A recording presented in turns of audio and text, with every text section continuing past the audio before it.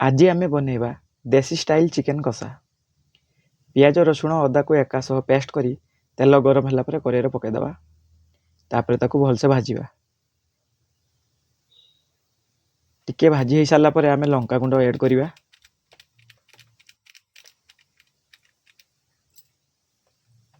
तापर आम चिकेन मसला पकईबा।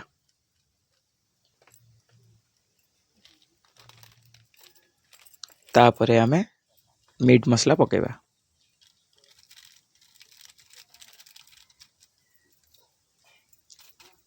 तापर ताकू भलसे टिके भाजवा।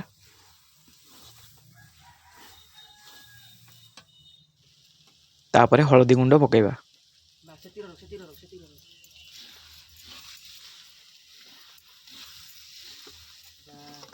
तापर ताकू आउ टिके भलसे भाजवा।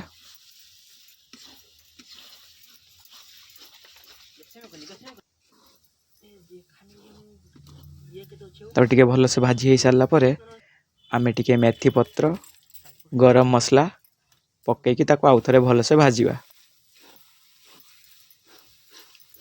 तापर भलसे भाजी होला पर अल्प पानी देई ताकू टिके फुटई दवा। मसला हो गला पर आम चिकेन ढालिबा।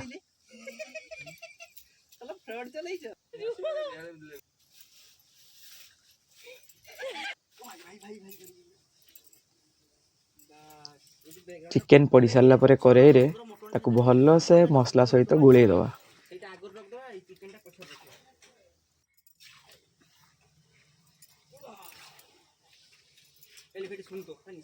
तापर गुड़े सारिला पर आमे ताकू ढांकी 2 मिनिट रखीदबा।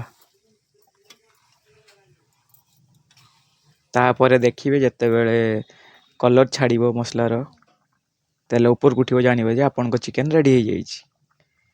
अब देखंतु चिकेन कषा बहुत टेस्टी। चुली रे रांधले बहुत टेस्ट लगे। आपण माने भी रांधंतु चुली रे खांतु देसी स्टाइल चिकेन कषा। खाई मत निहाती कहबे केमती लागला कमेंट रे। रहूछु।